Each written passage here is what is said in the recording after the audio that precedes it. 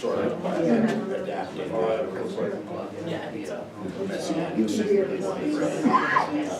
He was like the way I explain it is, Mark is building the allegory, and they're still keeping seats and he's trying to do the other stuff, right? And then the secrets just start leaking out.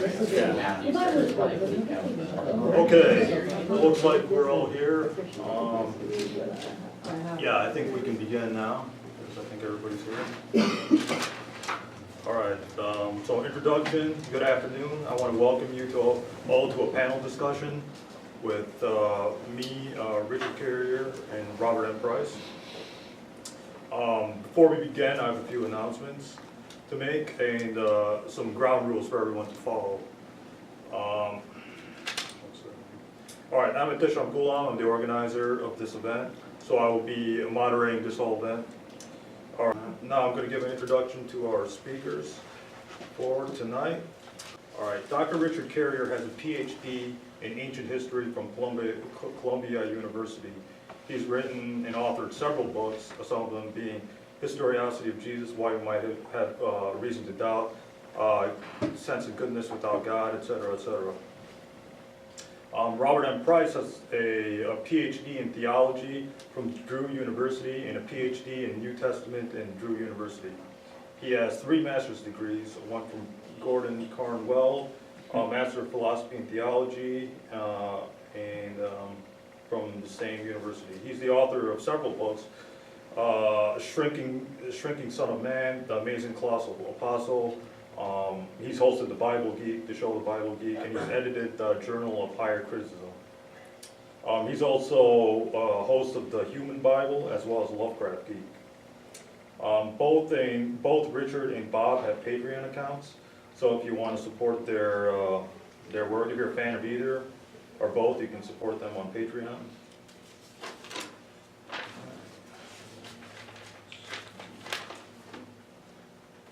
All right, so the format for this event will be me interviewing both my guests, Robert M. Price and Richard Carrier. When I do these things, I ask my guests to make a small introduction to themselves. So Richard, why don't you go first, and Bob, you go second. Just give us a brief introduction to yourselves. I have my PhD from Columbia University in ancient history, but I also write on modern philosophy, modern atheist philosophy, naturalist philosophy. My specialties are intellectual history of the ancient world, so religion, science, philosophy, and of course origins of Christianity, which a lot of people know about my writings in that area as well. And I have degrees from other universities, but the PhD is, the big capital one that took a long time to actually accomplish. It was nice to finally get that. But I also teach online. I teach a course on either philosophy or ancient history in different subjects every month online. If you're interested in that, you can find that on my website. I blog and I write many books, which you can see on the table there. Feel free to browse and peruse those books, and later on I'll go ahead and sell and sign them if you want to get any of those. I take credit card and personal check and everything. To learn more about me, if you're interested, richardcarrier.info, so it's .info online. That's my website. You can find my Facebook account there, to follow me there, or my Twitter account, everything. My blog is there, and so on, and all my books, which are available in Audible, all read by me, and Kindle and various other formats as well.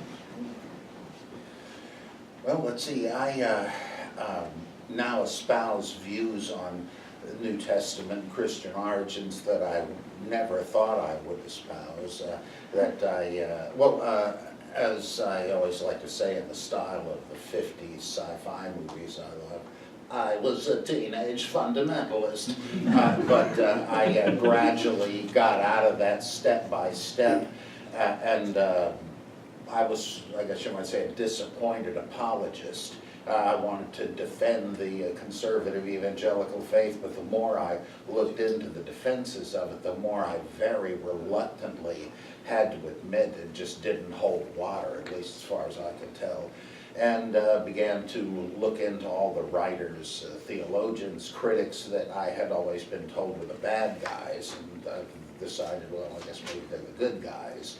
But in my approach, I do not really have bad guys. In my books on the Bible geek and so forth, I try to just look at the issues and the theories of different scholars, whether I think they hold water or not. But it's obvious to me that aside from a few hacks that get attention they don't deserve, the traditionalist conservative scholars are genuinely fine scholars. They just don't have the same perspective, and so I've always learned from them what I can and give them due respect. So I try not to get nasty about any of that stuff. There's just no point in that. I respect the people I disagree with, and for one thing, though I am not a believer in God anymore, so I guess I am technically an atheist. I don't feel myself really part of an atheist movement. Like, I personally don't care what anybody believes, and I don't want to become the mirror image of my fundamentalist self, pursuing this evangelistic goal to get people to renounce belief in God. What do I care what anybody thinks? Right? I mean, they shouldn't care what I think, because my goal is just to try to be Socratic and to provide information and perspectives that my readers or hearers may not have been familiar with, and which they can now apply to their own synthesis. I mean, I certainly don't try to get people to become Priceans. What a foolish. I just want to help them do their own thing as I have done.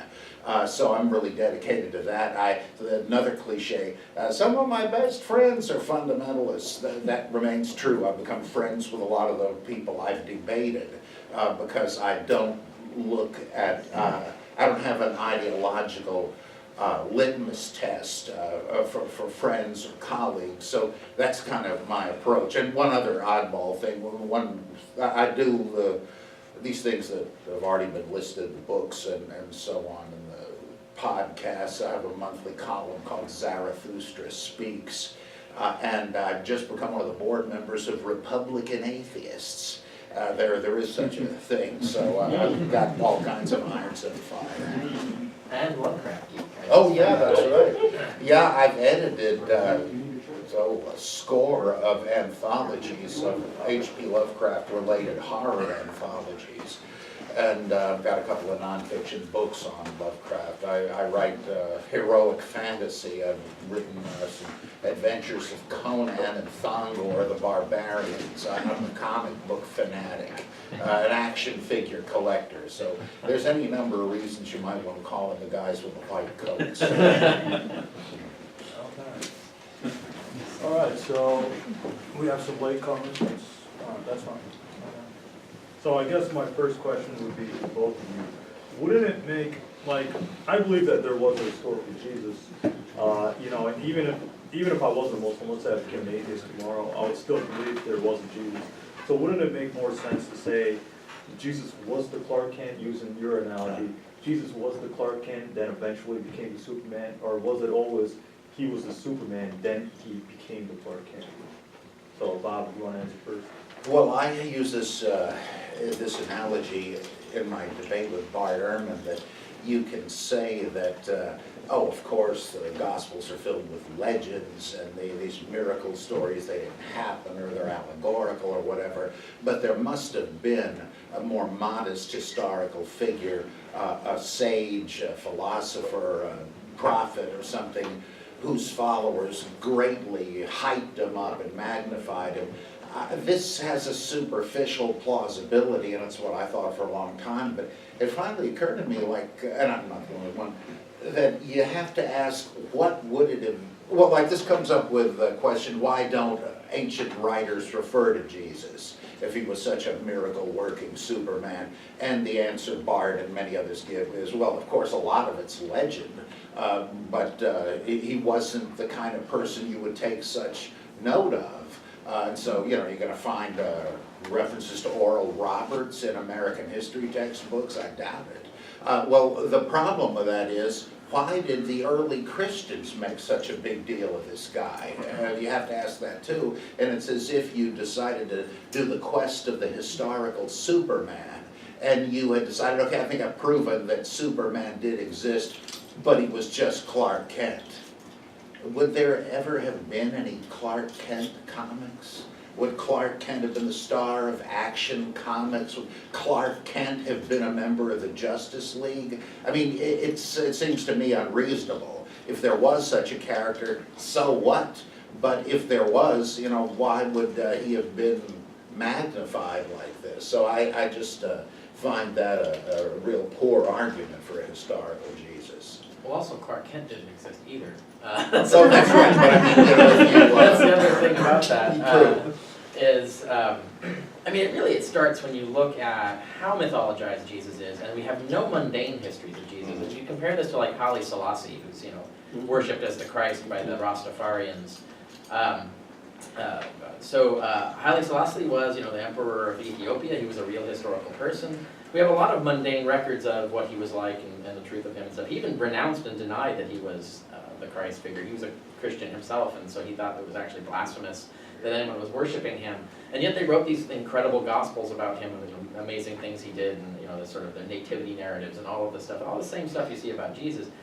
So here we have a historical person who gets magnified, and there's just a crazy sequence of events as to how that happens, even though he's denying it, you know, himself, and yet it still happens and becomes a major world religion. Is still going on, still today. For Jesus, we don't see that. We see the amazing, you know, miracle stories and stuff like right out of the gate. There's no mundane Jesus.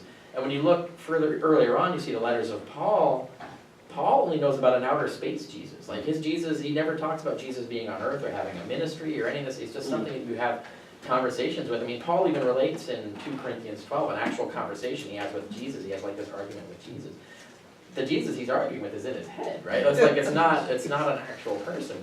He doesn't refer to anyone else meeting Jesus in any other way. It seems like he seems to think that this was just a revelatory being. That's how you meet Jesus. That's how he appoints you an apostle. And so when you compare those two things, you add them up, it's like, you know, A plus B, like it does slightly favor the possibility that he began this revelatory being and got placed in history, as so many other gods of that time did. There are a lot of non-historical persons that became deified and then put into history as if they were regular people. Romulus, Osiris, Zalmoxis, probably. Many of these different things. So that's why I think, yes, the Clark Kent analogy is really, there never was a Clark Kent. Like, there's no record of a Clark Kent Jesus. There's only Super Jesus. And this is a question of which Super Jesus was earlier, and the Space Jesus is the earlier one. So, so what modern historians are doing is as if there were no Clark Kent in the Superman comics, and they're speculating, well, Superman existed because he could have been this Clark Kent character. Yes. So they're inventing Clark Kent to sort of explain why Superman could historically exist. That well put. Yeah, it doesn't really work, but that's my answer to that question. Okay, for Bob, maybe what's the strongest argument against mythicism?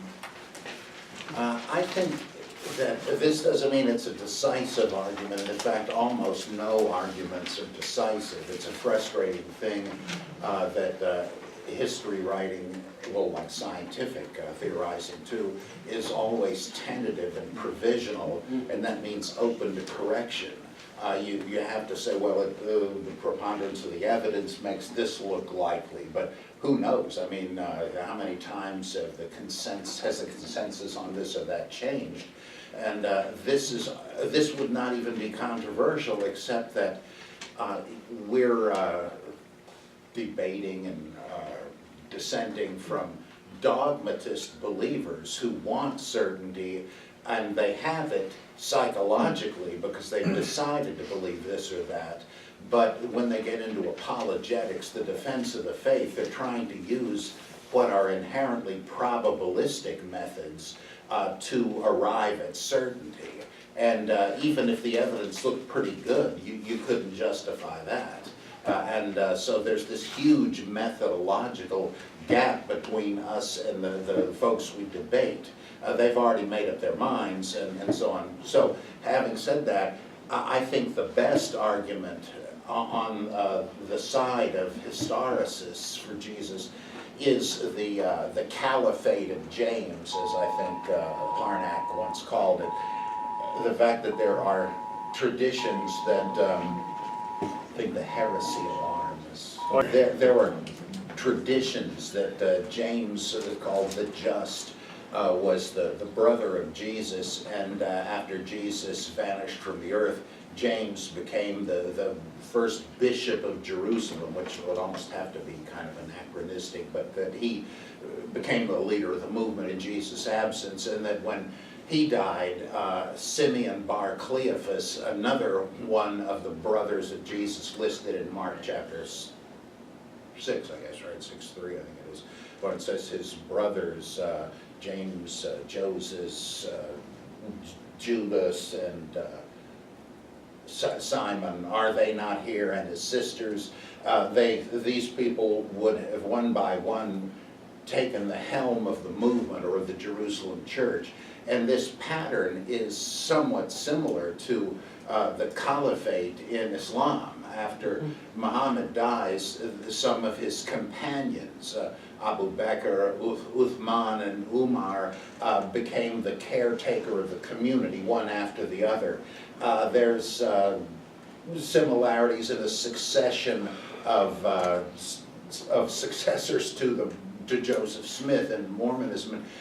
The principle of analogy would lead us to say, well, this looks kind of like that phenomenon. It gives a sense of plausibility to the idea that if there's a caliphate, a succession of caretakers of the movement following Jesus, that there was a Jesus who was, like he said, the bridegroom is taken away. It's just that that is not compelling. I mean, that does have a ring of historical plausibility about it, but the evidence it's based on is really pretty fragmentary. You're not only connecting the dots, but some of the dots, there might be fly specks or marks in the paper or something. So, but I think that does lend a certain plausibility to the idea that there was a historical Jesus, but that's about it. It's not that strong, and yet I think it's the strongest argument on that side. Yeah, I agree. And from another perspective, just from a straightforward data perspective, there are basically two passages in the letters of Paul where he mentions brothers of the Lord, and then that comes to what does he mean by that? And that's where the debate goes around. They say, well, of course he means biological brothers, and it's not that obvious. Paul says all baptized Christians are brothers of the Lord. So are we talking about baptized Christians? Is this a title? Is this a sort of rank in the society? Do they mean biological Christians or biological siblings? It's unclear. And then there are references to maybe Jesus having parents, and those are problematic as well for a lot of ways. Now, if those passages didn't exist, I think historicity would be really dead in the water. I mean, I don't think there would be any way to really sustain it, other than I think the next argument is that you can't have a crucifixion and burial in heaven, or it has to be on earth. There's the only way. It has to be a historical event, otherwise they would never invent or imagine a crucifixion and burial not on earth or in history unless it really happened. And that's the next best argument, I would say. But that we have answers to that too. There's those kinds of space events occur all the time. Satan had a whole war with Satan and his legion of angels had a war in heaven. It's like, how can you have a war in heaven? Wars can only happen on earth. It's like, well, no. Lots of things happen in heaven. Adam's body was buried in heaven, in the third heaven, according to the life of Adam and Eve. The angels took their bodies up and buried them. The Garden of Eden is in the third heaven. Paul even says in 2 Corinthians 12, he went up to the third heaven into paradise, the Garden of Eden. So there's whole gardens in outer space. There's all kinds of things where people can be buried, killed, fight wars, all this sort of stuff can happen there. And it sounds weird to us today because we live in a modern scientific society, but back then they really did imagine all this stuff existed up there and all this stuff happened up there. They had a different worldview. So things that seem weird to us today did not seem weird to them back then. And so when you look at it in context, well, it looks very different. Well, look at the book of Revelation, where it's definitely up in heaven, and the object of worship is the Lamb who was slain. And all this, it doesn't say that he was slain on earth, that you're dealing with a heavenly scene. Yeah, it doesn't even say like the dragons chasing Mary through the heavens or something like that. So there's a lot of references to stuff going on in outer space in Revelation, but then of course people will say, well, Revelation is just allegory, they don't mean it literally, and so on. But Revelation is weak to work with because it's so bizarre, and so strange that people say, well, it can't be taken literally, it must mean something else, and then of course that opens the Pandora's box, and it could mean anything. So it's hard to work with as a historian. Okay, two other things I forgot to mention. For the after party, carrier has to leave by 8 p.m. or 7:30 p.m. So at the after party, we'll decide where to go after. It's just going to be me, Bob, and anybody who wants to join. So we'll talk about that after the audience Q&A. And Bob doesn't have any books, but if you have a book you want Bob to sign, after the audience Q&A, carrier will be selling his books and Bob's will be signing any books you have. So next question would be, can you give us some reasons why the Old Testament books aren't historically reliable? Like why we can't take Genesis and all that as to be historical fact? Bob, you first and then Richard. Well, the thing that, a lot of stuff like Adam and Eve is so obviously symbolic. I remember Clark Pinnock, an evangelical theologian, said, when you got a story and the main character his name means man, you gotta wonder if this is if anybody ever thought in the ancient world that this was literally true. But there's so much of it, even in the so-called Deuteronomic history, the stuff between Joshua and 2 Kings, that seems to be in the real world with wars of conquest and all kinds of things. A lot of that is novelistic. The descriptions focus on scenes of characters saying this to one another and doing that to one another, not the kind of thing that anybody records in history. It's all fiction writing. I mean, how would the writer have known exactly what David said to his wife while Saul's goons were hunting for him and all that? How would that survive? I like what Gunkel said about the stories of Abraham and Sarah. He says, look, according to the Bible, the Israelites are in Egypt for 4 centuries, and we hear nothing about it. But somehow, in the days before that, they remembered exactly what Abraham and Sarah said to each other having arguments. It's absurd. But then later on, when you get to stuff that does sound like there's some history to it, with the kings of Israel and Judah, Jehoshaphat and Ahab and all these people. And by the way, it never says anything about jumping with Jehoshaphat. This stuff is also novelistic, and but the thing that really kills it is the archaeological problem. You always hear from apologists who are totally out of date on this, that the Bible is backed up by archaeological discovery. Now, that's like what Constantine's mother did, sending researchers to the Middle East to find the true cross and the true tomb and the spear of Longinus and stuff. They found a tomb, it's Jesus' tomb. Let's pin the tail on the archaeological site. That's what these guys like William F. Albright did. They were trying to find stuff. Oh, city near the Dead Sea, must be Sodom, and so forth. Once you actually did strict archaeology like Thomas L. Thompson and others have done, it just falls apart. Like there's no evidence of a Temple of Solomon. What happened to it? I mean, did God send angels with vacuum cleaners down to get all the ruins of it up? I mean, they say, oh, we found a little pomegranate-shaped nodule that had been on top of a fence post or something in the temple. That's all? I mean, isn't that sort of the exception that proves the rule? What happened to the rest of it? It's on level with saying Satan planted dinosaur bones to throw us off the track. And there weren't enough people in the area of Judea to have a monarchy there. There's no evidence that there ever was a Judean monarchy until like the time of the Hasmoneans.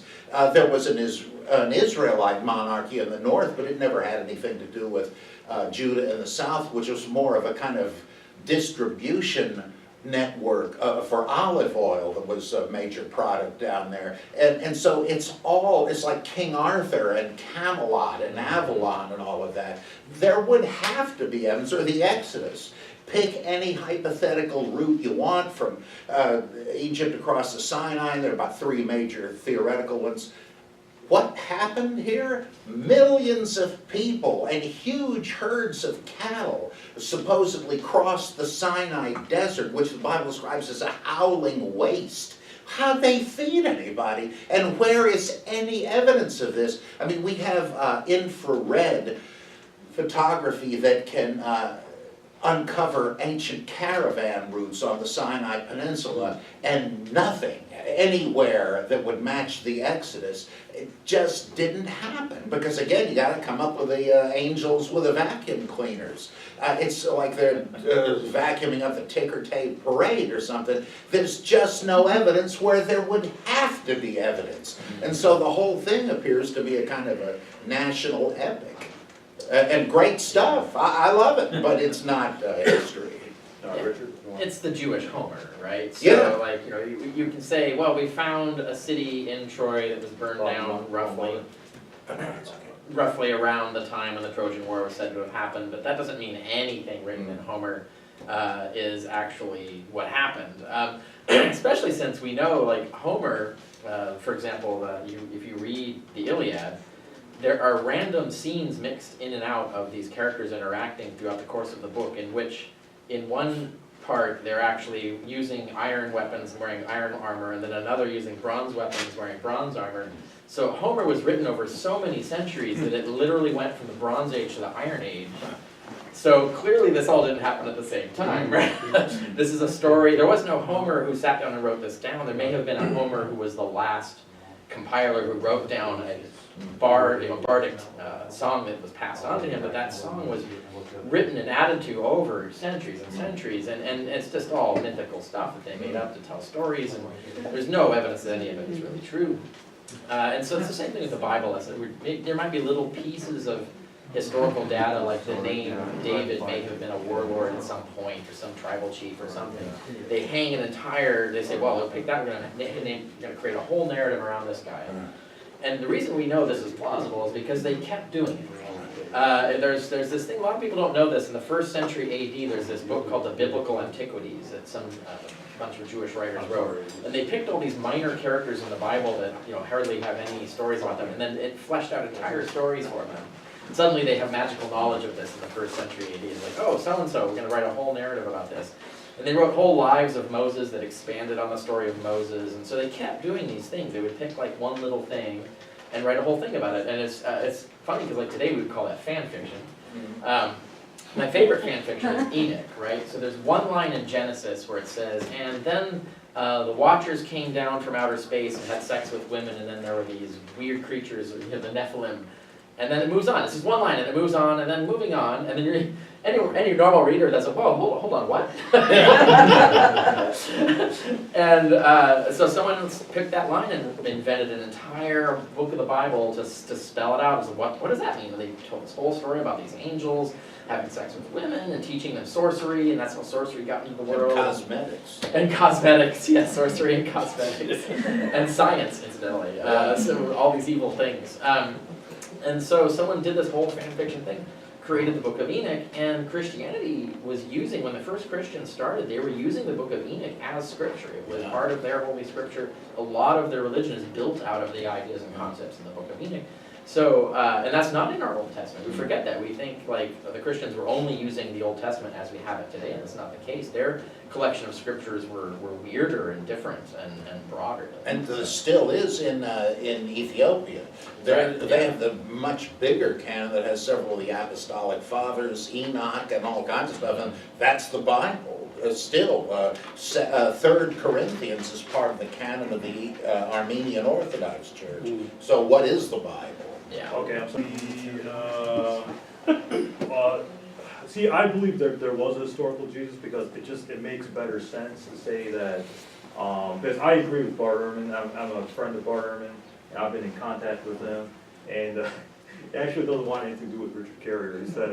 He said he'll never debate Richard Carrier, so I guess we should talk. I guess my question would be about Bart Ehrman, because I saw the whole Did Jesus Exist debate on YouTube. I wasn't there live, but I saw it on YouTube.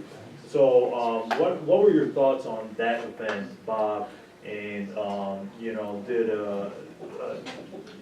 you get him to change his mind, views a little bit? And, Oh, I'm sure I didn't. I was quite surprised at the reaction of some in the audience that said, why didn't you address the points he made? Well, and I did actually, because his presentation was just a précis of some of the main arguments in his book, and I wrote my statement based on his book. So I anticipated some of them, but he tended to laugh off things I said, which isn't much of a refutation, and didn't seem to get some of the points I made, like not only the appeal to consensus, to which he retreats constantly, but he very often says, look, there wouldn't have been time between Jesus and the Gospels to have created a mythical Jesus. And my point is, that's totally circular.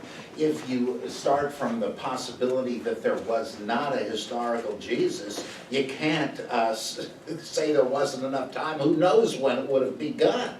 It's like, well, if there was a historical Jesus, there couldn't have been a mythical Jesus. Yeah, I know, but that's just a point at issue. And all sorts of things he just did not address. He shifted grounds.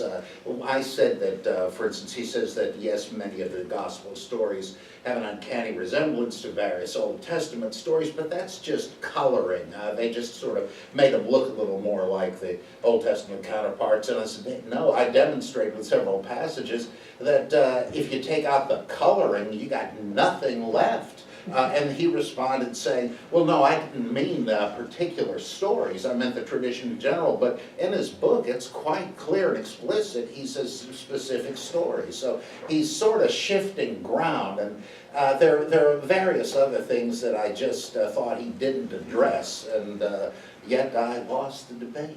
So. Yeah, I mean, a lot of people were disappointed but I think both of you did a good job in your own ways, because I think Bart Ehrman was there to win the debate or get debate points or whatever, but you were there to educate the audience, right? So I was trying, yeah. Though I will say, in criticism of myself, I thought I had more time. I timed out the presentation, but I made a mistake somehow because I couldn't get through the whole thing. I don't know if that made any difference or not.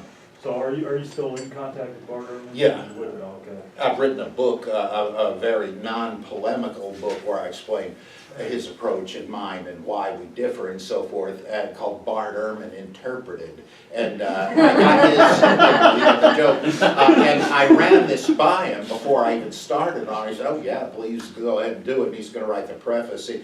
We're friends and get along real well. As I say, I don't vilify people I disagree with. Is that book out yet? No, it's, I think in the spring it's supposed to be out from Pitch. It's pre-order on Amazon, so. You know. Yeah, that's I'm interested in that. I'm a big fan of Bart Ehrman's book, Forged. So Me too, actually. So Richard, if you want to comment on that book. Yeah, well, Forged is the pop market version, right? So I recommend it. It's great. It's basically the book is about what we all take for granted in biblical studies, but most people aren't told, which is that there are tons of books in the Bible that are forgeries. And there are tons of other books that Christians forged in addition in the early centuries. Actually, forgery was literally the most common literary activity of Christians in the first 3 centuries. Tons of forgeries that they made. And there's often this, has been throughout the 20th century, this apologetical assumption, this claim that, well, forgery, no one really thought forgery was bad. Like it was just, they're writing, everybody understood that you were writing in the name of a person, that you weren't really pretending to be them. And therefore, it was completely on the up and up, and there's nothing wrong with it. And then Ehrman researched this and found tons of evidence that that's completely false. That everybody was condemning forgery. Forgery was definitely regarded back then as something you're not supposed to do, and people were definitely doing it to try and fool people into thinking that they had the authority of the names that they were putting in these books. And so he documents this thoroughly. There's some great stories in there. There's like examples of Galen. Galen, this medical scientist, wrote this whole entire treatise called On My Own Books because he was so angry at people forging books in his name. And so he wrote a book basically explaining, these are my books, and this is how you tell my books from these forgeries, and really condemns these forgers for what they're doing. Ehrman quotes that guy and various others, and tons of evidence on this. It's really good. Plus, he summarizes what the mainstream biblical scholars know is why we conclude many of these books are forgeries. So like, why do we think the pastoral epistles are not written by Paul, for example? Why do we think, various other epistles were not written by Paul? Why do we think there's only 7 authentic epistles of Paul in the New Testament, and so on? So people who want that book is a really great one. But if you really want to have like the detailed, scholarly, peer-reviewed version of that with footnotes and bibliographies and the whole thing, Forgery and Counter-Forgery is the other book he wrote, which is the official scholarly version of Forged. The Forged is the easy read. It's the the quick one if you want to get the summary. It's like a popular.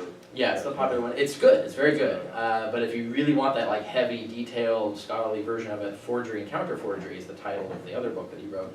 And they're both excellent books and have contributed significantly to the field. So that's an example of something that he's doing that I really like. Bob, if you have comments on Forged.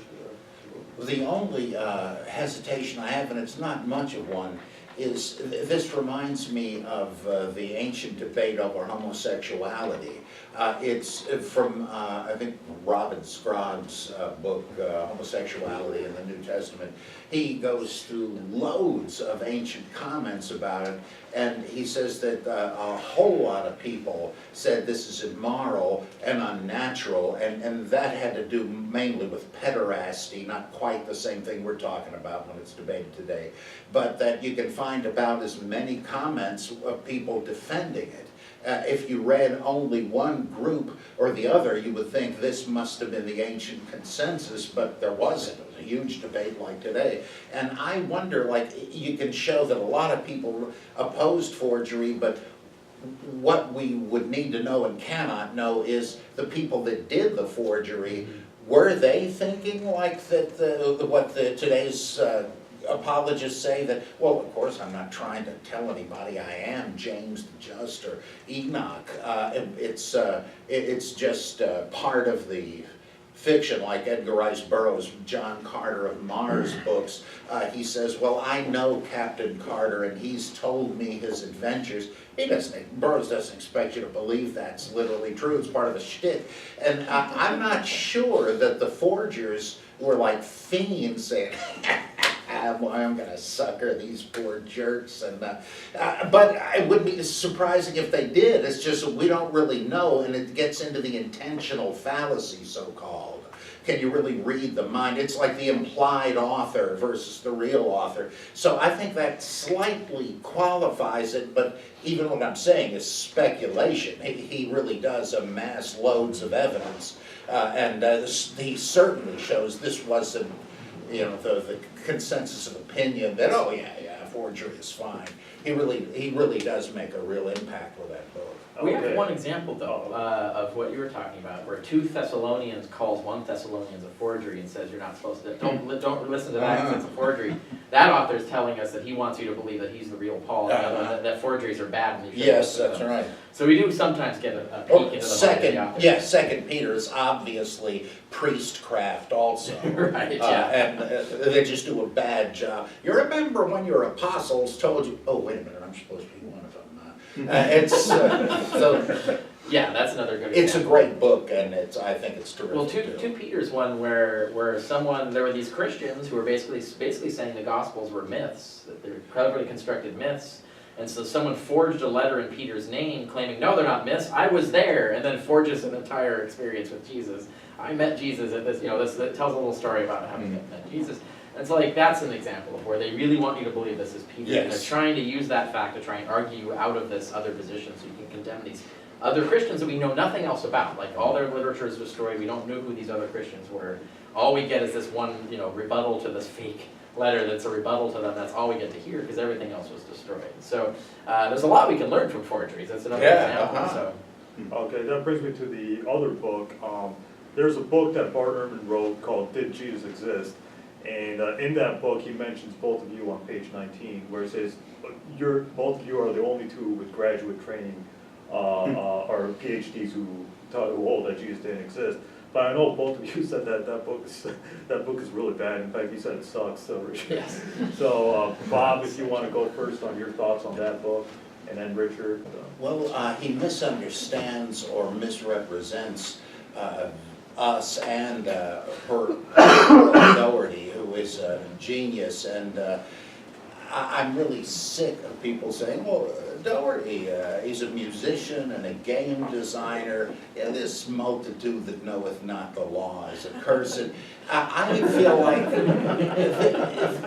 if you want to see his doctorate, read his books. That's his doctorate. I mean, if he self-published them, big deal, so did David Hume.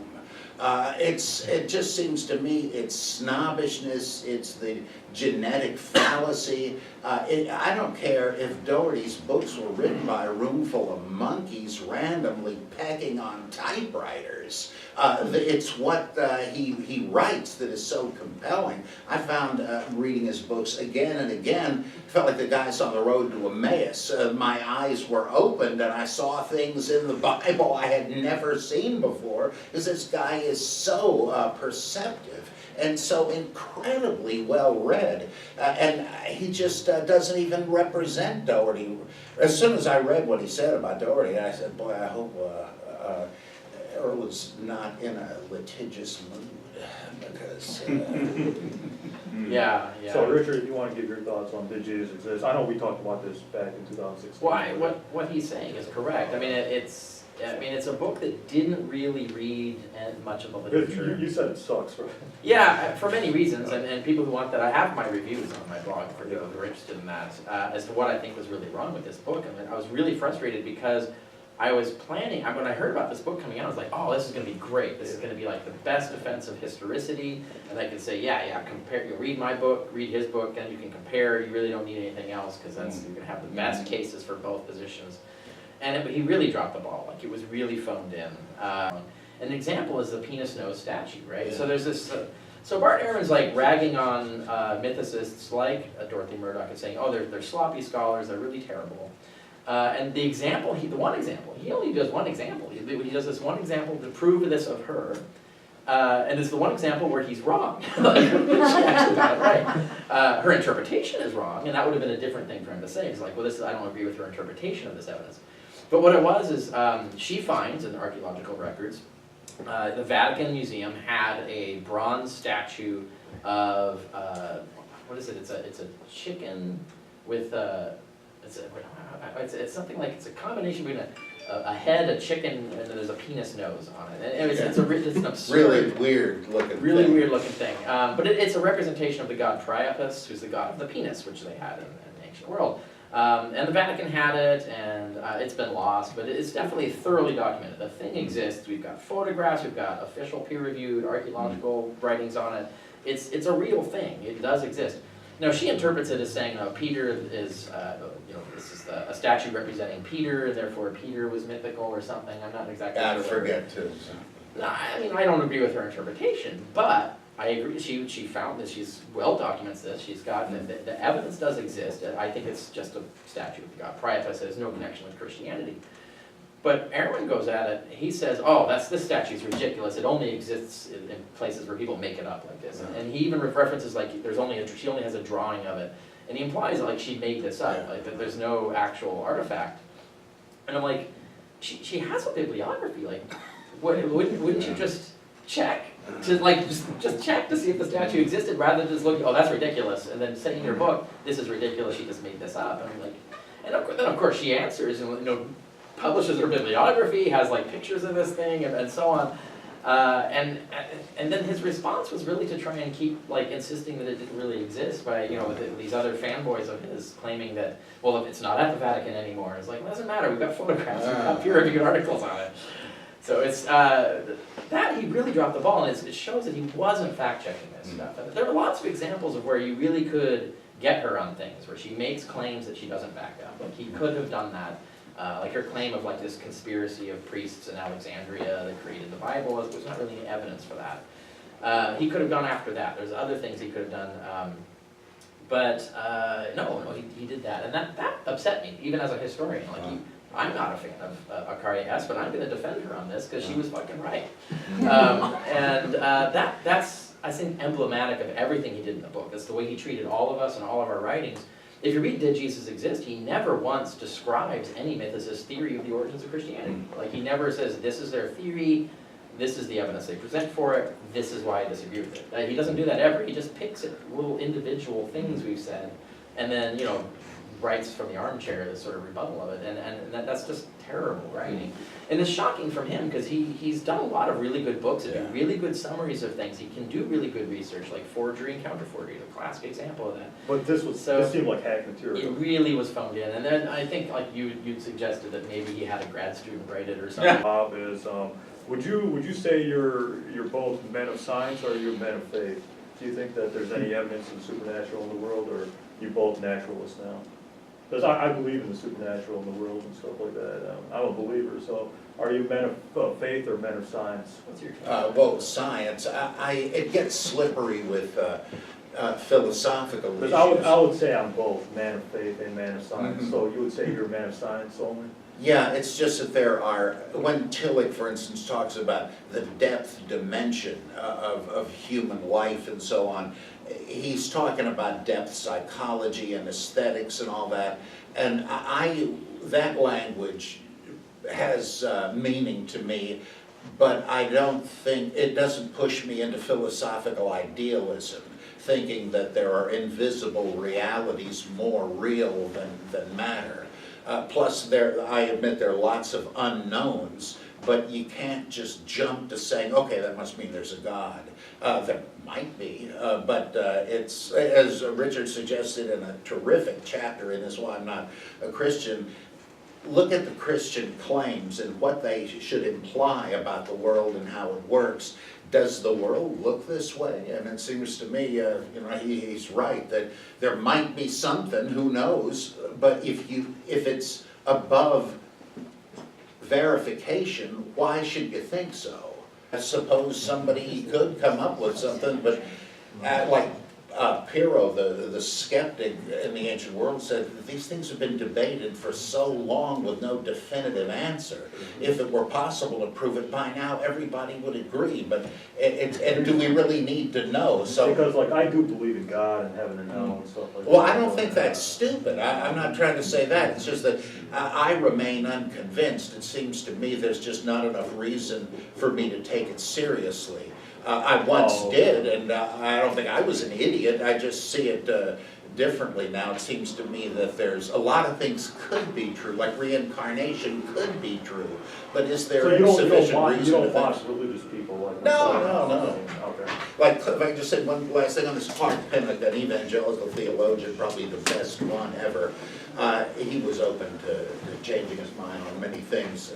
He said that he knew that we don't know there is a God. He was a Baptist, I think. He said if we knew there was a God, we wouldn't have words like faith and believe. He said the way he viewed it is that for him Christianity was a working hypothesis that seemed to make sense of life in general and his life. I don't see it that way, but I don't think his view is a stupid one. It's entirely, I mean, he's being very rational about this. I just don't see it working. But I'm not. So you don't care if people believe in God, or it's just you personally are. Oh yeah. I mean, how could I, a pipsqueak mortal, know such things? Pontificating on whether there's a God, it's absurd and pathetic. It's just I call him as I see him, and. So you're a man of science. Okay. Yeah. So Richard, are you a man of science, or there's no way you'll be a man of faith like myself, or? Well, you're strict natural.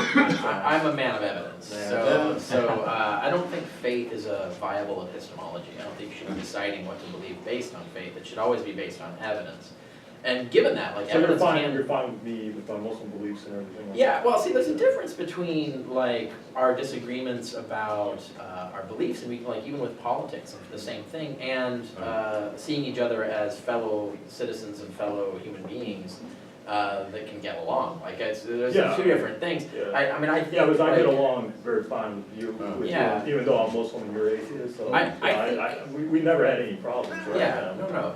No, like I said, I have Muslim friends, Christian friends, but what I see is epistemology is more important. The theory of knowledge, how do we decide what's true? Because that can affect so many things that you do. So, one of the things that, so when I grew up, I did not grow up in a fundamentalist background, unlike most people I meet who are atheists who did and sort of rebelled against that.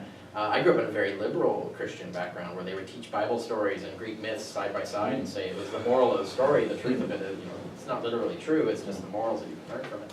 And I only really, and fundamentalists, there was a few in high school and we made fun of them, we thought they were silly. I remember a friend of mine got his girlfriend into tears because he believed that there might be life on other planets and therefore he was going to go to hell because that was some sort of blasphemy in her sect. And so we thought that was silly. When I graduated high school and became a voting citizen, and then started getting involved in politics, in my way on every single human rights issue and every single political issue, always these fundamentalists. And so then I started to take that more seriously and get more involved in seeing how fundamentalism drives people to oppose gay rights, oppose women's rights, and do all kinds of things that just don't even make sense from their own religion, if you really look at their own holy text. But so that's, my involvement has always been in why do you believe these things that lead you to vote in ways that are harming my fellow citizens and harming my colleagues and stuff. So, and that's a thing where there can be too extreme, where you say, well, I can't be friends with someone who wants gay people killed, for example. But if you have like, well, I don't think gay people should have the right to marry, that now it's like, well, we disagree, and now we can have a civil disagreement about that, because at least you don't want to kill them. So it depends on the level of your disagreement. We have to have a thriving democracy, to have a peaceful democracy, you have to be able to be friends with and have civil discussions with people who disagree with you on what the laws should be. Now, that doesn't mean you should be friends with Nazis, like actual literal white supremacists, for example. There's a limit, a threshold beyond which you can't, but there has to be some space to have disagreement and get along with people, even though you think maybe they're voting in ways that are harming others. And it's not because they're deliberately trying to harm others, it's that they have these false beliefs that lead them to do that. So to religion, to me, the problem it arises is... believers like me and non-believers like you can get along, right? Of course, yeah. Okay, so you're both men of science, okay. Richard and Bob, what do you think is the problem with Christian fundamentalism? What are your thoughts on your issues with Christian fundamentalism? And then you say, I was a teenage fundamentalist. Yeah. Well, I've answered that myself, so what's your... Well, I think there is that epistemology problem. Like, if you admit that evidence can't establish your faith, but you're going to believe it anyway, that makes me uncomfortable, because you could believe anything on that basis and it might be something dangerous. Like you could wind up believing that Jim Jones is the Messiah. People did. And so if he tells you to drink that Flavor Aid, that's what you do. I mean, luckily this is a very rare thing, but it just shows that it's a matter of the luck of the draw when it doesn't come to that. And when apologists say that, William Lane Craig, etc., that the evidence looks pretty good and the witness of the Spirit tells me that yes, it is really true.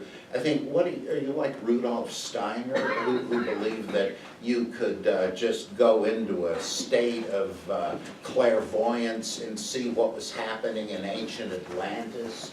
I mean, that's what you're saying, right? You have some kind of suprafactual access to the past? Is that what you're saying? And it seems just grossly irresponsible intellectually. And so that bothers me. The little peculiarity, there's a decreasing difference in morality and behavior between evangelical Christians and non-evangelical Christians. The youth rates of premarital or non-marital sex are about the same between the two, which really is a shocker to me, having been a fundamentalist kid in the 60s and 70s. You never would have found that. And there's less and less difference. And so that's almost a moot point. But it's that dogmatic, legalistic thing. All the fundamentalists I have ever known have been hoping and trying to better themselves and to improve their character. But like Richard said, some of these dogmatic beliefs they feel they're stuck with as part of the package are counterproductive, though I think there's less and less of it. So you think creationism and stuff like that should be taught in schools? No, that's another big problem. Though that also, I think, is petering out. It seems to me. There's who's this guy? There's a couple of evangelical theistic evolutionists. What's his name? Thinking Cunningham? I don't know He's not an evolutionist, his work. oh, sorry, yes, evolutionist. Just kidding. But this guy is willing to like demythologize the Old Testament, but suddenly pulls out apologetics with the new and says, well, we have eyewitness testimony of Jesus' miracles and all that. But what he says about the Old Testament, evangelicals would never have said that before. And there are more and more of that kind of people who they've gone into graduate study in biology and so on, hoping to get respect for creationism, but once they get there, they realize, oh, this is a big mistake. And the same thing that happens with those of us who go into graduate study of the Bible. I mean, a lot of critics of the Bible used to be fundamentalists and evangelicals, and that's what happened to me. My love for the Bible that I got from fundamentalism brought me to the point where I had to decide between the Bible and Christianity. Do I want the truth about the Bible? If so, I got to take off those theological blinders. And so there's a constant turnover. Apologists becoming critics, and on a popular level, the difference between the two camps decreasing. There's also more of a tendency toward universalism. That there's you can't maintain the boundaries of the evangelical subculture so well anymore. People know members of other faiths. They see that they're earnest and pious people, and they just cannot believe they're going to hell and we're going to heaven anymore. This is a major, major thing, because it's only a short step to say, well, maybe all these religions are true in some sense, which demythologizes all of them. So there are big things going on with fundamentalism and evangelicalism liberalizing, but this stuff with teaching religious pseudoscience, that's a different issue, and that has to be opposed, or we're going to just slip back even further in science education. Okay, in your debate with Bart Ehrman on Did Jesus Exist, you said all the letters of Paul are forgeries. Can you comment on that and expand on that a little bit? Yeah, I think that the Dutch radical school of critics with W.C. van Manen and various others, Bruno Bauer, but especially van Manen, he knew that there were a handful of scholars that dismissed all of the so-called Pauline epistles as forgery, and he thought, well, this is absurd, and I'm going to prove it. And you know what I'm going to say next, he wound up getting convinced, this son of a gun. I never thought of this. And he points out how there are clashing doctrines between the Pauline epistles and even within them. Like if you look at Romans 9 through 11 about God's plan for Israel, there seem to be 3 different treatises here arguing different things. If you look at what 1 Corinthians says about women prophesying and speaking in public, there's 2 diametrically opposed positions there. Same letter, should Christians eat meat offered previously to idols, then sold to the marketplace and you buy it there? Should you risk eating that, or does it make you an idolater? There are 2 diametrically opposed arguments, one right after the other. There's pro and anti-Gnostic material, cheek by jowl. Was this guy a multiple personality? Or isn't it more natural to say that Paulinists of various stripes were continually putting their views into these manuscripts as they circulated it? You're witnessing debates within the Pauline movement. And what was the Pauline movement? We take too literally the supposed audience of these epistles, the saints that are in Corinth and all that, there's no real record except for the epistles, that there were any such churches. The first Paulinists we know of, the first ones to collect and comment on his epistles, were the Marcionites and various Gnostic groups who held Paul as their founder. Well, I think that, and there's other things, Paul, quote unquote, referring to the traditions I delivered to you.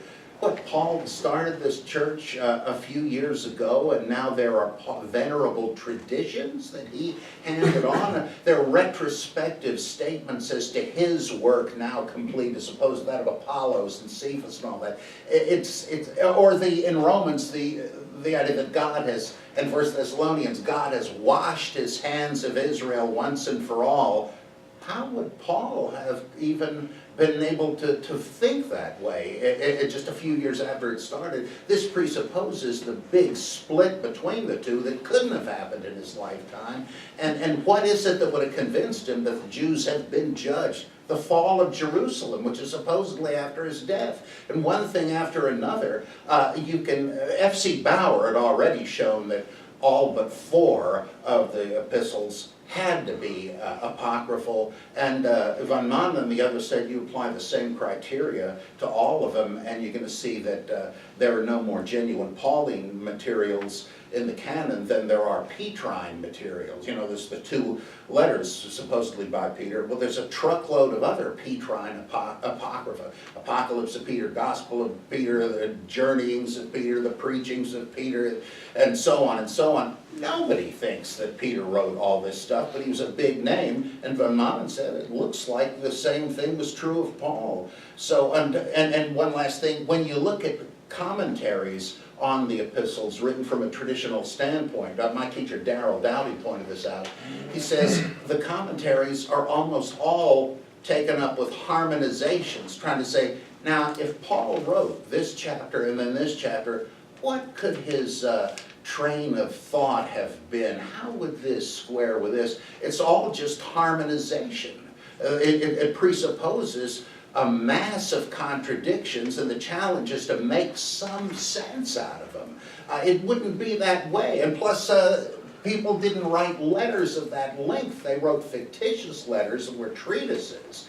And that already is removing it from the idea that Paul's just writing letters to his converts. So there's a bunch of arguments that now make me think another view I once thought was insane, that there are no authentic Pauline epistles. So, In the white coats. when I was watching your debate on did Jesus exist, that was the part where Bart Ehrman was kind of like laughing, Oh, yeah. mocking your views. And then when I spoke to Bart Ehrman about it, he's like, yeah, I didn't mean to do it. It's just, just a natural reaction. Well, I understand it's like totally out of his, I'm sorry. Bart Ehrman's never looked at any of this. That's right, yeah. Now, I think there are answers to all of that. I think we can actually rescue the 6. We can rescue 6 of Pauline epistles and explain all of the stuff that you're talking about. But you have to actually study it, right? So I think that was he had no exposure to this argument before. So he just thought it was an absurd thing to suggest. It's not something. But he apologized later, right? Well, not to me, but that's okay. I mean, we sort of. No, he told me he didn't mean to do it. It was just like. Oh yeah, I understand completely, because Dowdy and I nearly got laughed out of the Paul seminar with the same folks at the Jesus seminar, and I just realized these people have never studied the full history of scholarship on the matter. They've just been told these are the guys to listen to, these are the ones you can laugh off. Yeah. So that brings me, was Paul the real founder of Christianity? Richard, why don't you go then? Well, I don't think so. Paul was a newcomer, essentially. He was trying to transform the religion that was already thriving at the time, but and I don't think we know exactly how many years after the religion began that he introduced, but pretty early, I think. If you were going to pick a founder of the religion, it would be Cephas, right? Cephas, or Peter. That, according, if we follow the letters of Paul, that's what it says. And then even from the Gospels, if they had contained any historically true information about Peter being the foundational apostle, or the book of Acts, although these things are highly fictional, so it's hard to build anything off of them. But if you look at the letters of Paul, Paul clearly understood, or at least the writer of 1 Corinthians understood Peter to be the founder of the religion. He's the first one to receive the first vision.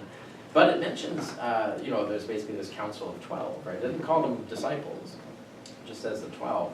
And we know, like from the Dead Sea Scrolls, that there was kind of a council of 12 in that sect. And there's a lot of similarities between the sectarian treatises in the Dead Sea collection and Christianity. So there is some ancestry there. So it looks like there was a sect all along, a sort of anti-temple sect. And one fellow had this sort of vision that said, "I figured it all out," and then the Council of 12 said, "You know what, we're gonna like back you and say we had the vision too," and then basically start this whole anti-temple movement saying we don't need a temple anymore because the Son of God has sacrificed himself. That mojo lasts forever, the temple magic only lasts every year. This is much more powerful. We no longer have to deal with the temple priesthood, we no longer have to control the physical temple itself. We can leave that to the Romans and to the Jewish elite. We can have our own salvation, our own atonement. We've got, our ultimate atoning sacrifice. And this is Hebrews 9 is what I'm describing, right? So they have this whole, I think that's how it all started. And you can see precedents for this in the Dead Sea Scrolls too. Like the Melchizedek scroll is talking about this future coming Messiah and all of this. This sort of battle in the sky is going to occur or something like that. So I think Christianity, the founder would be Peter, if I was going to say anything, not Paul. Paul gave us the version of Christianity that became dominant. The original version was Torah observant, right? If there's any survival of that, it would be Islam. Islam is a Torah observant sect of Christianity, really. So it's in the same way that Mormon is a sect of Christianity, right? It's another spin-off of Christianity. So I think, but really the original sect died out. We know the Nestorians, we hear from Epiphanius. There were people who were aware of these other Christians, but they were a super minor sect, did not succeed. And the one that exploded and flourished and eventually got Constantine's ear and became the religion of the empire was a deep ancestor of the sect started by Paul. So Paul founded the Christianity we know, but he didn't found Christianity itself. Okay. I have a few more questions about religion, then we'll move on. We'll move to do you have politics. any comment on that, or? Well, even if we do take the general critical approach to Paul, it's, I think... well, let me answer this. Is he trustworthy? Can we trust him regarding like a lot of things? Because Muslims aren't too big on Paul. Interesting. Yeah. Well, I think Islamic theologians say that letters can't be scripture because they're from one human to another. No, the Islam says the Bible's not valid anyway, so. Well, don't they say it's been interpolated? No, it was Like never. the Paraclete passage? It was never divine to begin with. That's what Islam teaches. So. Wow, I hadn't heard that. Bultmann on the left and A.M. Hunter on the right both wrote about Hellenistic Christianity before Paul, basing it on vestiges of Hellenistic Christianity mentioned in the Pauline epistles, apparent quotations of creeds and hymns and statements like, well, you know this and that, and then So you there's think a Paul spin. was influenced by that Greco-Roman paganism that was around him, or do you, he was like a product of his time? Well, I think Paul is, I go along with F.C. Bauer and Hermann Dettering and others that Paul is another name for Simon Magus, the founder of Gnosticism. The Orthodox said Simon Magus was the founder of Gnosticism. The Gnostics said Paul was the founder of Gnosticism. And in Acts and in the Kerygmata Petru, there's Simon is very obviously Paul preaching salvation by grace and so on. So I think it's a lot murkier than that, but in general, it seems to me that what we call Pauline Christianity, in saying it's grace and faith, not the law, this was a means of spreading, of adapting Christianity to the so-called God-fearing Gentiles. The Greeks, etc., who went to synagogue to hear scripture read and liked Jewish ethical monotheism, but weren't willing to be circumcised and keep the dietary laws and all that. well, when Christianity came about, they said, oh, well, this is the same God and even the same scripture, but we don't have to become Jews to believe in the biblical God. So Acts even says this, that many of the God-fearers accepted Paul's preaching, and Paul's critics said he's just cheapening the thing. I mean, now anybody can join, and it's... which is why it exploded. Yeah, and the mystery religions, it seems to me very clear that there are Gnostic and mystery religion elements in the Pauline material, and that even the idea of the Messiah, who is Jesus supposed to be? Is it possible that Greeks, Romans, others would care whether Jesus was the real heir to the throne of some postage stamp country in the Middle East? Could they care who was the Messiah? Bernie Sanders, or would they even know what you were talking about? Who cares who's the king of Liechtenstein? So Son of God had to be something else anybody would be interested in. And so if you define him as a dying and rising Savior God, oh, well, we know what that means. Right, yeah. And so baptism is all about that, the Eucharist is all about it. And so if it's going to become a Gentile religion, it's going to be made like one of them. Okay, so I have a few more questions about religion, then we'll move on to the next topic, which is politics. So, like, my thing is, like, as a Muslim, I do believe Jesus existed. I do believe there was 12 disciples and Virgin Mary, and I believe in the supernatural, so I believe in, the virgin birth and all that stuff. So, my question to both of you is, it's not silly to say Jesus existed, right? That's certainly a possibility. Oh, yeah. It just, you just take out, you two take out and I guess Bart Ehrman too, would take out the supernatural bits, the virgin birth, the resurrection, the miracles and stuff like that. But it's not impossible to say that there was a man in first century Palestine, Jesus. Oh, It's yeah, not it could be. impossible. Okay. Yeah, I don't view mythicism as a dogma. Yeah, It right. just seems like, to me, the most likely of the possibilities. I want to, be cautious about it. Well, even in my book on the historicity of Jesus, my upper bound on my margin of error is 1 in 3 chance that he existed, which is actually a pretty good chance. It just means more likely he didn't exist, but still 1 in 3. So yeah, it's definitely within the realm of possibility. And there are a lot of plausible reconstructed historical Jesuses that would fit the evidence. So my view's not like, it's all like laughable too. No. And I mean, and really, you could get the supernatural Jesus back even on the myths. Because Islam says at best Jesus was just a Jewish prophet. So would you, but then Christians would say, yeah, that's one of the things he was, but he was other things like that. Well, the Quran also says he's the Messiah, and he's just not God's son, because Allah begetteth not and is not begotten. Correct. And there will be a second coming of Christ. He just didn't So die do you on the think cross. his divinity was like developed as something? Because if you read the Gospel of Mark, Matthew, Luke and John, you see like an evolution of Jesus' status. Yeah, So, I'm doing a book called The Christ Myth and Gospel Christology, trying to explain if Jesus began as a mythical God, then how come we see this apparent development from a man to an incarnate God from Mark to John? And I think I can explain that. Have you read Bart Ehrman's book, How Jesus Became God? That's a really good, I really like that one. Yeah, that's a good presentation of that view, as is Morris. Actually, you know what's funny? Bart Ehrman's actually proving the Islamic case. If you actually notice that, because Well, that would fit, he's yeah. actually he's actually helping us out a lot. Well, his books keep helping mythicism out too. Like he's finally admitted that Paul and early Christianity already had high Christology, already imagined Jesus as an pre-existent incarnate being. He's already admitted that he was regarded as an angel who came to earth and acquired a body. So he's like, he keeps, every time he does a new research project, it like verifies something we've been saying all along.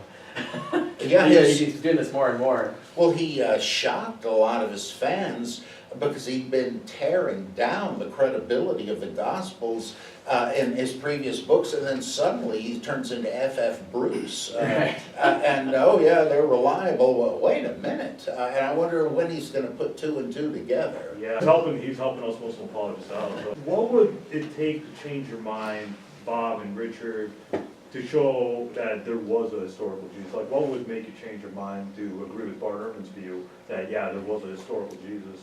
Or do you think Bart Ehrman just has a emotional stake in that? Because most of his career and his work is revolving around the historical Jesus. So would anything change your mind? Would you be open to the possibility? Oh yeah, there's one thing that is very specifically would destroy mythicism, in my opinion. If you could find a letter, some old papyrus scraps, you know, many of these things have been found, from the period in which Jesus is supposed to have lived, where somebody writes home and says, oh, I was in Jerusalem on business and you have letters like that, writing home from a business trip, little snippets. They found a whole mess of them as the stuffing of stuffed crocodiles in Egyptian tombs from the Hellenistic period, which was a real eye-opener in terms of the Greek of the New Testament. And suppose you found one of these letters where they said, I chanced to hear Jesus the Nazarene, a wise man. Suppose that's all you found. That, to me, would be enough to say, okay, there was a Jesus. Non-polemical, non-axe grinding thing that just happens to mention it. We don't have anything. Now, maybe somebody will discover such a thing. I'm not betting they won't. And if they did, I would go along with Bart or with Bultmann or these people again. So you are open to change? Oh, yeah, oh, yeah. Richard, is there anything that would change your mind? Oh yeah, certainly a new document find can do it. I can think of a lot of different possible document finds that would do it. Right now, as far as I know, like no, I've asked and pursued and spent years and years looking for every piece of evidence there is. Unless someone is sitting on some evidence that they haven't published, there just isn't good enough evidence yet. So like this extra biblical, like Josephus Textus and stuff like that, you would say it's not reliable, or?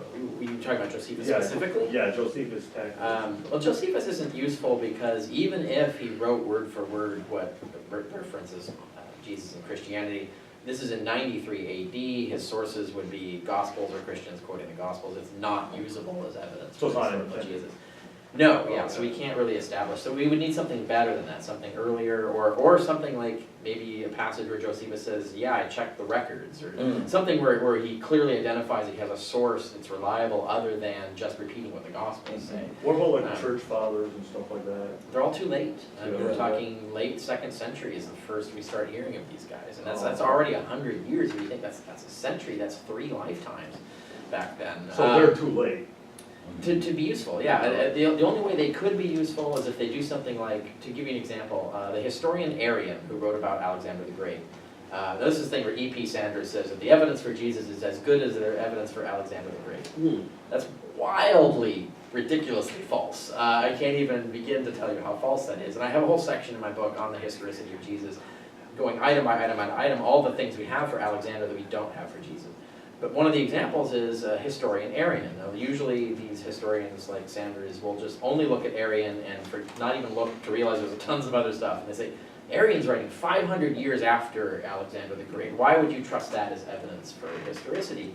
Well, because in the first paragraph of Ehrman's book, he says, this book is written based on the writings of the eyewitness generals who fought with Alexander. So he names the sources, he says how he used the text, and he says, whenever I just write a story, it means all 3 of my sources agree.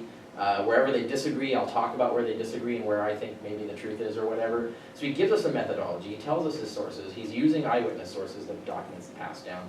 So that's like one of the best sources we can have, because it would be better to have his sources. I would love to have, Ptolemy, the general Ptolemy, his actual treatise that Ehrman used as his source. But Ehrman's at least attesting to the existence of this treatise and those things like that.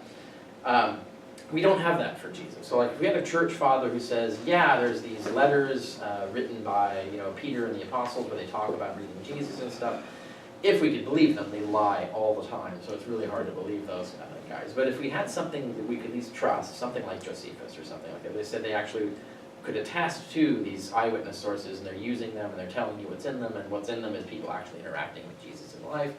That's the kind of thing we would need, because that's the kind of thing we have for Alexander the Great. That's the kind of thing we have for many other people. So yeah, the evidence could persuade me. Also logic, like someone could show there's a flaw in my logic, right? Like I could say like, Want water? oh, I'm good right now. So there's a flaw in the logic. And even in my book, I say, On the Historicity of Jesus, like I want the field, everybody in the field to produce a better argument for historicity and use this book as a roadmap for how to do that. Because what this book is telling you is this is all the stuff that's wrong with the way you're arguing for historicity. If there's a defense of historicity, it has to be better than what you've produced, and it's got to be something that takes down all this, or addresses all of this, or shows how, even despite all of this, the preponderance of probability weighs in favor of historicity. It's conceivable that someone could show that logically, yes, you should think it's more likely Jesus existed, and this is why. I'm just waiting for someone to do that. Until that happens, that's not the way the evidence looks to me. So. Okay, two final questions regarding religion. Can you both give me, or so give the audience some reason why the New Testament is not historically reliable? Because Christian fundamentalists or Christian apologists would say, yeah, their New Testament, the Gospels of Matthew, Mark, Luke, and John are Greco-Roman biography, or the preface of Luke chapter 1, verse 3 to 4, or whatever it is, where he says that he fact-checked it, and he fact-checked previous documents. And stuff That's like actually that. not what he says, So but yeah. Luke has something like what we call in Islam, and it's not as a chain of transmission. So Christian apologists say, yeah, that's a chain of transmission, the beginning of Luke. So Richard, you want to go first on why? Yeah, that's a good example because that's New Testament's not reliable, and Bob. yeah. No, read it. It's a con. It actually isn't a chain of transmission. He doesn't name sources. He doesn't name a tradition. He doesn't give you the chain of it. He just says, well, there were witnesses and they passed down this stuff and some other people wrote some things down and I'm using them to write my treatise. And so he doesn't name anyone. He doesn't identify why we should believe anything they say. He doesn't actually show a succession of tradients. He doesn't actually give us any of that data. He doesn't name himself. He doesn't name why he thinks these sources are reliable. He doesn't even name who they are. So he makes the paragraph look like ancient historiography of the time, except it lacks everything that makes ancient historiography reliable, conspicuously omits it. So that to me is like, that's a con. That's a full-on con. He's sort of creating this sort of fake veneer of a historical treatise. And then we actually know two of his sources because we have them, Matthew and Mark, or if you believe in Q, either way, we have, that material is in Matthew. So we have two of his sources, and we can actually confirm that not only did he not fact-check those sources, he just quotes them verbatim, alters them without explanation, and contradicts them willy-nilly. In fact, when he says, so many have written an account of this, but I decided to write this so that you can know the truth about it, isn't he actually discounting any other Gospels? They've all bungled it, so let me give you the truth. Right. Geez, what does that say about the other Yes, Gospels? and yet he doesn't tell you why we should trust him. Right. Like, that's another thing, yeah. So that's just one of many So examples. Paul and the New Testament aren't historically reliable, would you say? Well, Paul's different from the Gospels. Paul's different, Yeah, okay. I mean, Paul's shady in his own way. Bob, do you have any thoughts on Yeah. that? Well, it seems to me that the historicity of the Gospels is very unlikely for two big reasons. But wasn't there two Christianities? Wasn't there the Peter Christianity and the Paul Christianity? Paul said preach to the Gentiles, and then Peter was to Yes, the at Jews. least, So and there's now, a at split. least. A split. it turns out. There's actually after- more. Paul yeah, mentions the other. disciples and the Paul mentions other sects of Christianity still going on in his day. So there are actually several sects of Christianity right out of the So gate. that's one of the arguments I have as a Muslim apologist, that, Paul and the disciples weren't getting along, or they're Paul and the disciples were teaching different things about Jesus. They weren't getting along. doing their own thing. They were just two parties. The disciples and Paul got into fights, saying Paul and the So disciples. my Muslim apologist days, I was. Oh, well, that's certainly well-founded. It just turns out there's a whole kaleidoscope of these things. Oh, okay. And like the Nag Hammadi texts show a bewildering variety of Because types of Christianity. Islam doesn't accept Paul, so we're good on criticizing Paul from my end. Well, the problem number one with New Testament historicity is the principle of analogy. The fact that no Christian even sees things like this happening. Like, we have plenty of legendary sources, the legendary character which no one denies, a Buddhist, medieval Catholic, other miracle stories which have people walking on water and ascending into heaven and so on. Suddenly, you want to mark off the same sort of stuff in the Gospels as being true. I mean, anything could happen. We don't have a time machine. We can't verify what did or didn't, but all we can do is make a probabilistic judgment. And if these stories look nothing like factual stories, but a whole lot like myths, what's more probable? It looks like they're myths. That's a graded thing, because you could say, well, there are, even in our day, faith healers and exorcists, as indeed they are. No, I mean, it's, what is it, abnormal psychology, psychosomatic illness, I don't know, but you can find such people. So, as Bultmann said, yeah, Jesus could have been an exorcist, he could have been a faith healer, but walking on water, I'm afraid not.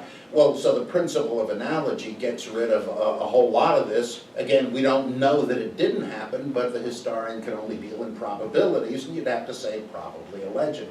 The other thing is that virtually every gospel story, and a lot of them in the book of Acts, look so much like a bunch of Old Testament stories, especially drawn from the Greek version of it, the Septuagint, that you have to take seriously that if the gospel materials are simply rewritten from the Septuagint. Again, we don't know that, but the point is... So you think they just took these Old Testament stories and just changed the names? Basically, yeah. They sometimes mixed up plot points and so on, which was done in other ancient Hellenistic writing. But that I'm really startled, having read a whole bunch of different scholars that made this argument for this or that group of passages. Some of their arguments I thought were just speculative, but there's so many of them are so plausible that in my book, The Christ Myth Theory and Its Problems, I devote most of the book to showing, the comparing side by side, the Old and the Old Testament Gospel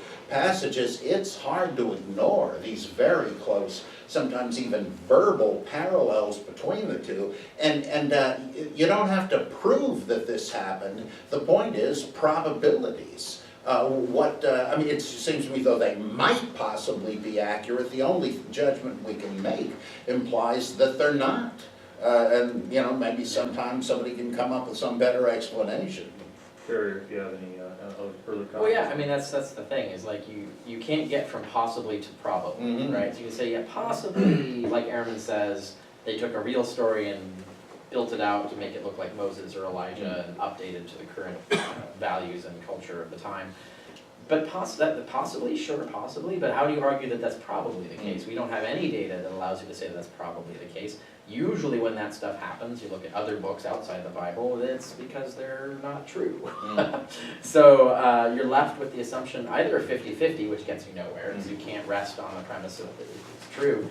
But really the preponderance of argument is that these stories are made up, and they're made up to accomplish certain objectives. I mean, one of my examples that I give and I talk about on the historicity of Jesus is, and this brings up your point about principle of analogy to the supernatural and things like that, but also even if we grant the supernatural doesn't make sense, and that's Jesus and the fig tree. Do you know how Jesus hates figs, supposedly? Actually, he loves figs so much that he cursed a fig tree for not giving him figs. But, but Mark tells this story where Jesus is walking along and Jesus is hungry, and he sees a fig tree off in the distance, and Mark goes out of his way to say, but it was not the season for figs. But Jesus goes up to the fig tree anyway. I don't know why. This is not logical behavior. And he goes up there and there's no figs, and he gets angry. Like, for some reason, there not being figs on a tree when there's not supposed to be figs on a tree makes him angry, and he curses it and says, may you never bear fruit again. And then he goes off and clears the temple, and you have that whole scene, and they come back a day later, notice the third day, and they see the tree, and it's been withered to its very roots. And so, see? And then he goes on talking about how the temple's not important anymore, it's all about prayer, and so on. Now this makes no sense, even if Jesus had the super X-Man power of withering fig trees, which is already improbable, so we can already assume that this is fiction. No one saw this is not a memory. No one, I remember the day when Jesus cursed the fig tree. No, this doesn't come from an eyewitness source. This is an allegory, and there's R.G. Hamilton Kelly wrote it. So we don't know who the sources are behind those stories and stuff like that? No, not for the Gospels. Oh. Not like in terms of like people who were there. 'Cause none of them ever mention anyone being there as their source. They don't name anyone or say anything like that. But that's the whole point of this is that the story doesn't make any sense. Even if you grant the supernatural power, it would portray Jesus as insane. Like, why would Mark have Jesus act like this when people go, "Wow, that guy's a lunatic. Why would I do this?" It's because he doesn't want you to, or he's hoping you don't take it literally. He might intend outsiders to take it literally. It's intended just like Jesus says for the parables. I speak in parables so that they won't be saved. And you have to become an insider. Then you'll be told the secret meaning of the parables, and then you'll be saved. So the parables, the stories, are meant to make people react like, wow, that guy's crazy, why would I worship him? You know, well, if you join our little cult, we'll tell you the secrets, and you'll know, it'll be amazing, and you'll see like, why this is really brilliant.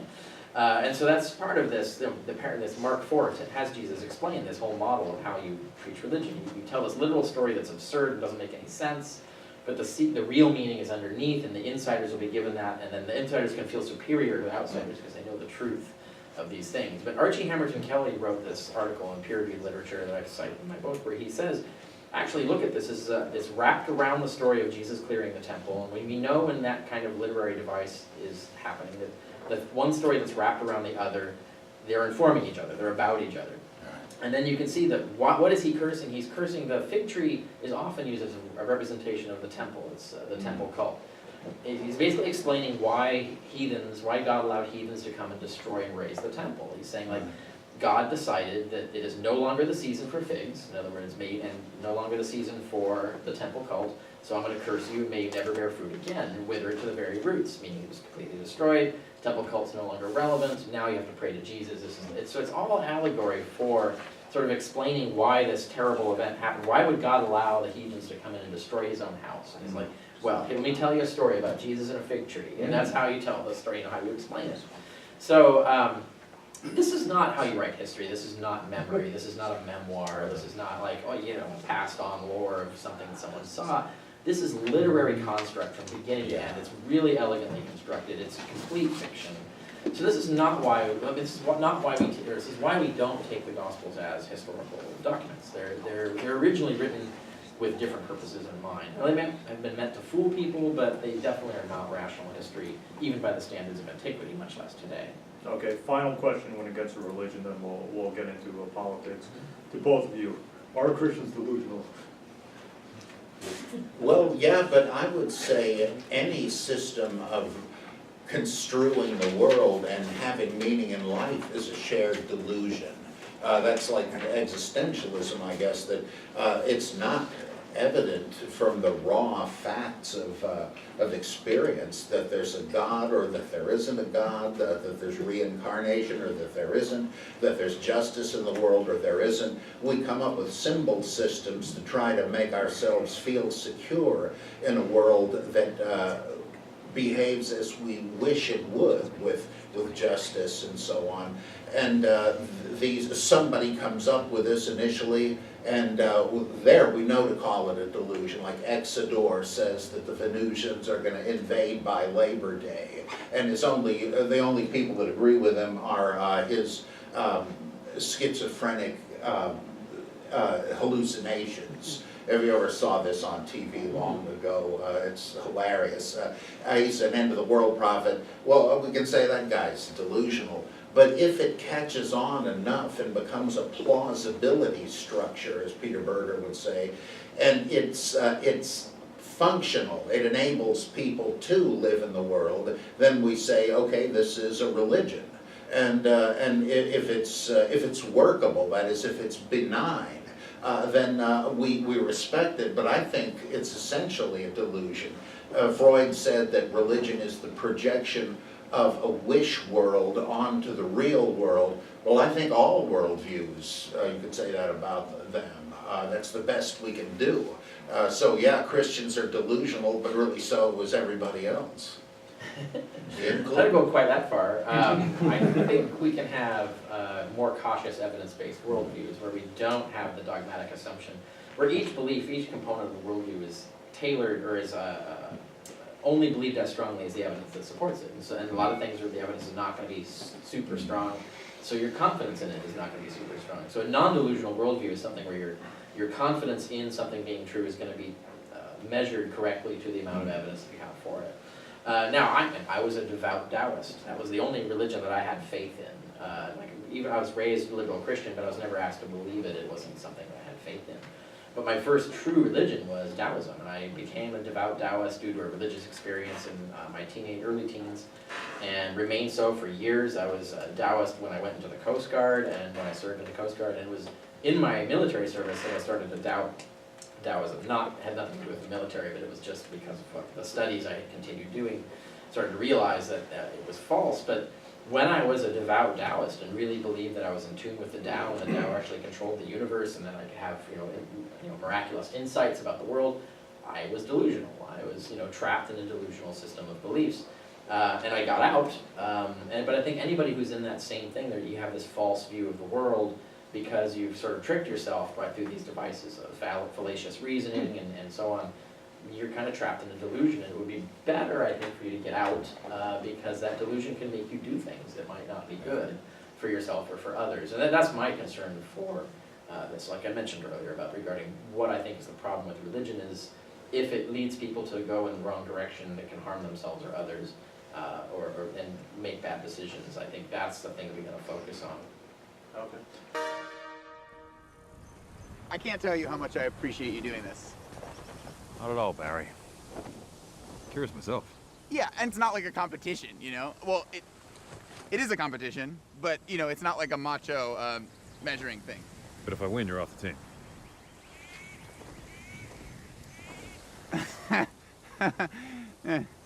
No.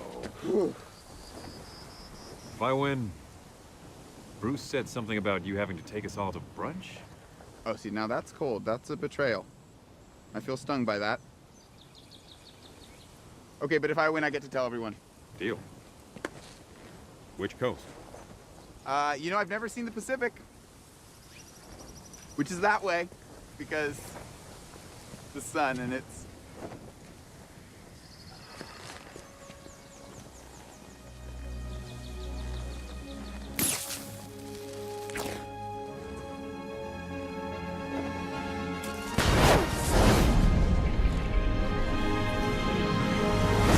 So Bob, if Superman and Flash raced, who would win? I like to think the Flash, otherwise he's a superfluous character. The Flash would win? Kryptonian can't outrun a person with the Speed Force? Well, the Speed Force complicates everything. Superman must be nearly as fast as the Flash. Does he participate in the Speed Force? I don't think they've ever explained that. In my day, they didn't have any Speed Force. It was just the bath of chemicals and a lightning bolt that gave these guys their powers. What about you, Richard? Are you a nerd like us? What's that? Are you a nerd like us? Or? Yeah, but on different subjects. So Yeah. So your thoughts on the post-credit scene of Justice League? When Superman and Flash were racing? Who do you think won, Flash or I don't have opinions on that, It is a question that tendeth not unto edification. Yes.